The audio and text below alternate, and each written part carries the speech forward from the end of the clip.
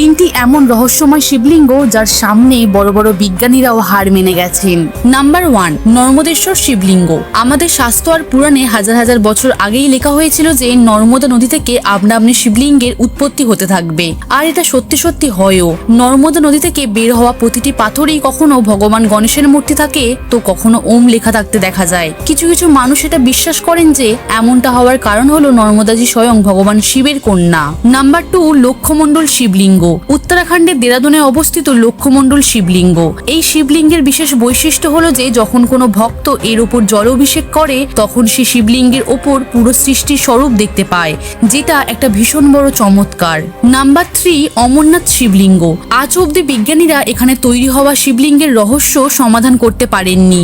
এখানে বরফের শিবলিঙ্গটি গুহার ছাদ থেকে পড়া বিন্দু বিন্দু জলকণা থেকে নিজে নিজেই তৈরি হয়। সবাই কমেন্টে অবশ্যই লিখবেন হর হর মহাদেব।